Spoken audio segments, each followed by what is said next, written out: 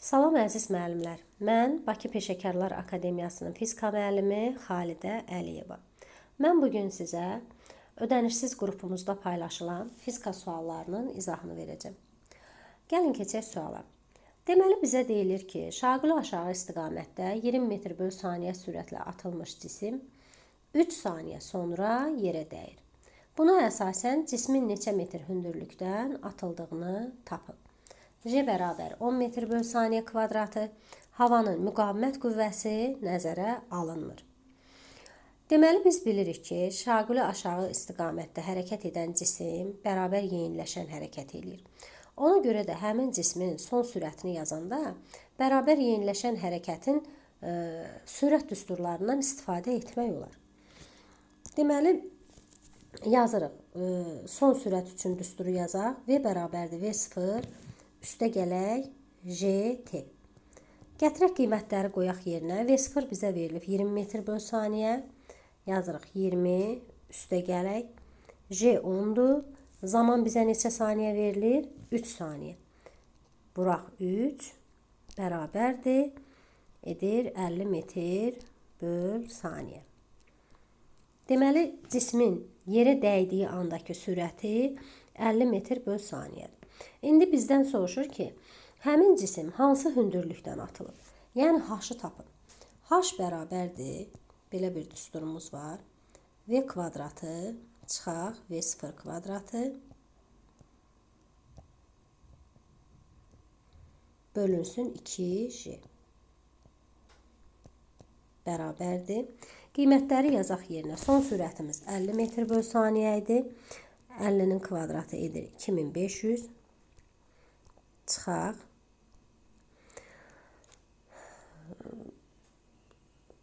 Başlanğıc sürətimiz bizə verilib 20 metr böl saniyə. Onun da 20 metr böl saniyənin də kvadratı edir 400. Bölünsün 2 vuraq 10. Bərabərdir. Alınır 2100. Bölək 20 bərabərdir 105 metr. Deməli cisim 105 metr hündürlükdən atılmışdır. Cavab olur C variantı. İndi əziz müəllimlər, gəlin biz bu məsələni bir də sadə praktik yolla həll edək, düsturlarla yox. Sadə həll qaydası necədir? Biz bilirik ki, cisim sərbəst düşəndə, sərbəst düşmə zamanı cismin başlanğıc sürəti 0-dır. Və cisim yerə düşəndə hər saniyədə sürətini J qədər artırır. Yəni J-nin qiyməti nə qədərdir? 10 metr böl saniyə kvadratı qədər. İndi bizim bu cismimizin hərəkətinə də sərbəst düşmə hərəkəti kimi baxırıq. Yəni artıq amma burada başlanğıc sürət bizə verilib 20 metr böl saniyə. Deməli bu cisim hər 1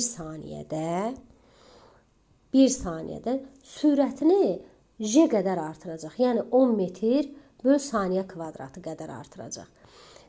Deməli onda 20 metr böl saniyə başlanğıc sürətindən atılan cismin 1 saniyə sonra sürəti nə qədər olacaq? Olacaq 30 metr böl saniyə. 2 saniyədə olacaq 40 metr böl saniyə. 3 saniyədə olacaq 50 metr böl saniyə. İndi biz bunu praktik olaraq belə müəyyən edirik, tapırıq və hər 1 saniyədə görək bu cisim nə qədər yol gedir. Və biz bilirik ki, n-ci saniyədə gedilən yol düsturu var. Yazırıq H bərabərdir V0 plus minus bölünsün, kəsir xətti daha doğrusu J 2n çıxaq 1 bölək 2. Deməli, burada artıq bizim başlanğıc sürətimiz var. Deməli, buna əsasən 1-ci saniyədə cismin getdiyi yolu tapaq. Yazırıq başlanğıc sürət 20 üstə gələk. J bölünsün 2-dən alırıq 5.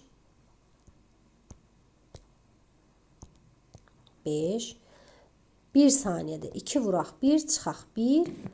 Burada cavab eləyir 25 metr. Deməli, cisim 20 metr böl saniyə sürətlə atılıb və 1 saniyədə 25 metr yol gedir. Biz bunu sadə olaraq necə tapırıq?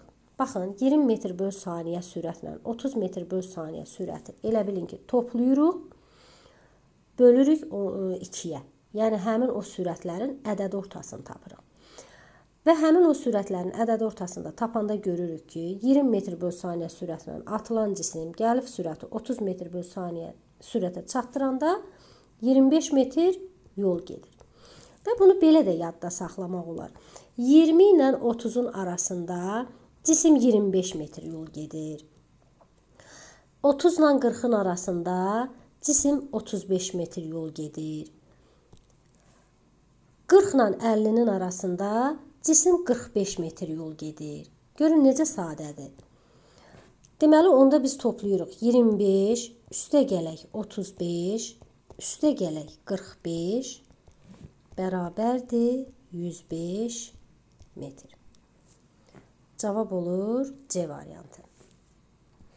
Keçək növbəti sualın izahına. Bizə deyilir ki, X oxu istiqamətində 30 metr böl saniyə başlanğıc sürətlə hərəkətə başlayan cismin təcil zaman qrafiki verilmişdir. Buna əsasən cismin 2 saniyə ərzindəki yer dəyişməsini hesablayın. Deməli, biz əgər yer dəyişməni tapmaq istəyiriksə, cismin təcil zaman qrafikindən sürət zaman grafikinə keçməliyik. Və bizə başlanğıc sürət verilmişdir. Başlanğıc sürət bizə verilib 30 metr böl saniyə. Deməli, biz onda gəlin cismin sürət zaman qrafikini quraq. V-nin T-dən asılı qrafikini quraq. Deməli, düsturumuz necədir? Yeniləşən hərəkət üçün V bərabər V0 üstə gələk AT. Baxın, V0 bizə verilib, biz AT hasilini tapmalıyıq. AT hasili elə bizə verilən bu təcil qrafikində qalan fiqurun sahəsidir. Bu hissə A-dır, bu hissə də T-dir. Vuraq, yazaq. Bərabərdir. 30 üstə gələk. A 4, zaman da 2. Bərabərdir 38 metr bölək saniyə.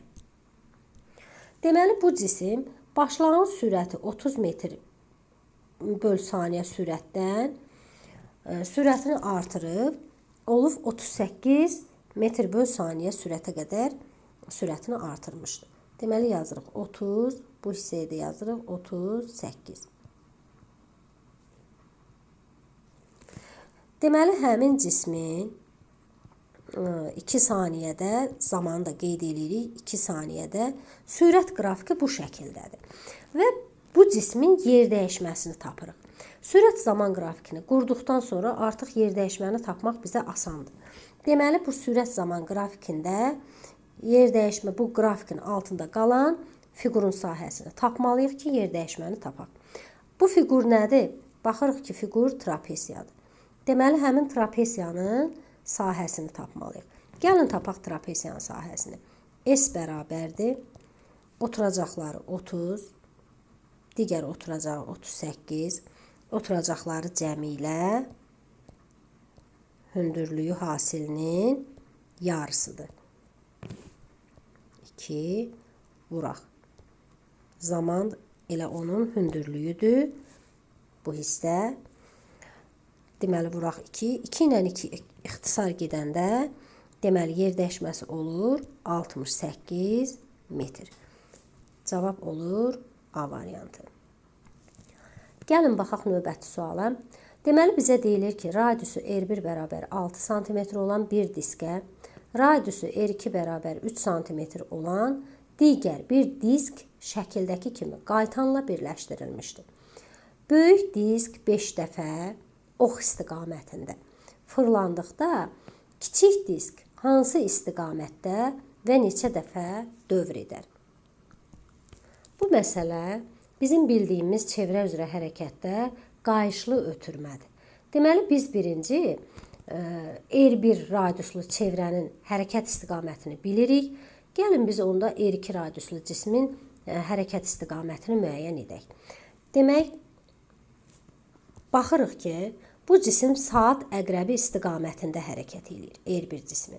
Deməli, bu şəkildə hərəkət edəcək cisim, bu şəkildə gələcək, ox da oxun istiqamətində bu şəkildə hərəkət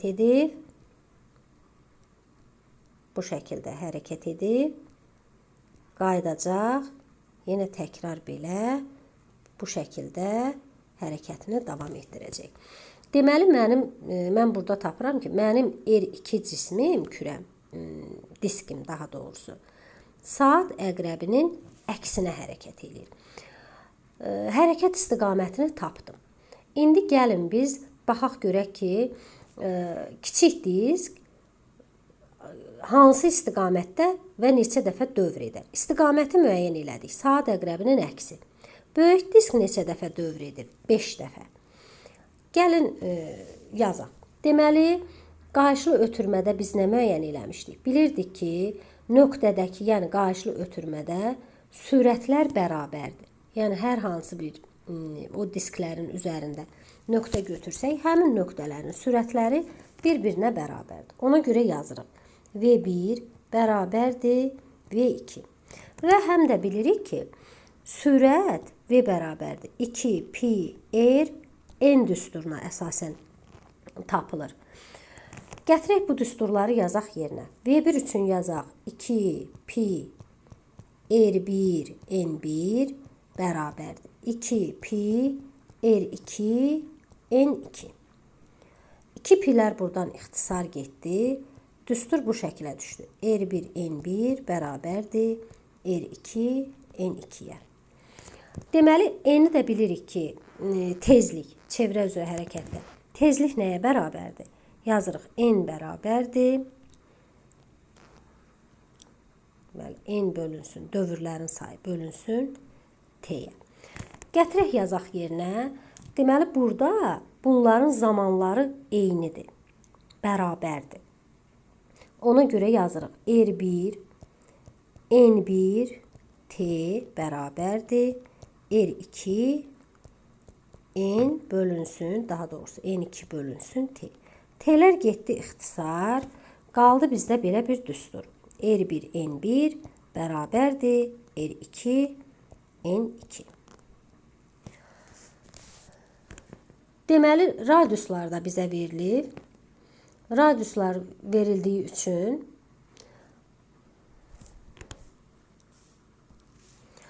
artıq bizə məsələni həll etmək asan bir şəkil alır.